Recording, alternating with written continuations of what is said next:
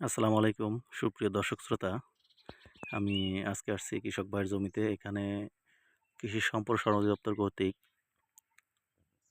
Nashik Radeon 53 যেটা পেঁয়াজের দানা দেয়া হয়েছিল, এখানে কৃষক ভাই তার জমিতে বাস্তবায়ন করতেছেন আমাদের কৃষি সম্প্রসারণ অধিদপ্তর থেকে। এখানে এটা সিড টু সিড হবে, অর্থাৎ এখানে বীজ বোনা হয়েছে। এই বীজ থেকে গুটি উৎপাদন হবে, অর্থাৎ বাল্ব উৎপাদন হবে। এই বাল্ব থেকে আপনার কদম উৎপাদন করা হবে, কদম থেকে আপনার দানা উৎপাদন করা হবে, অর্থাৎ সিড টু সিড উৎপাদন করার জন্য সরকার থেকে এই প্রণোদনা দেওয়া হয়েছে। দেখুন প্রিয় দর্শক, অলরেডি জ্বালায় গেছে, খুব সুন্দর জ্বালাইছে, গজাইছে। এই যে আমি কাছ থেকে দেখানোর চেষ্টা করতেছি, দেখুন খুবই চমৎকার জ্বালায় উঠছে। প্রত্যেকটা বীজ থেকে চারা গজিয়েছে। দেখুন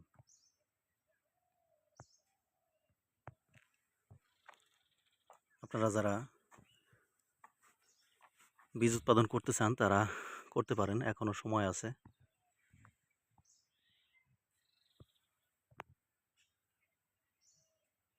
দেখুন প্রিয় দর্শক, খুবই চমৎকারভাবে চারা গজিয়েছে। আশা করা যাচ্ছে খুবই ভালো চমৎকার বাল্ব উৎপাদন হবে।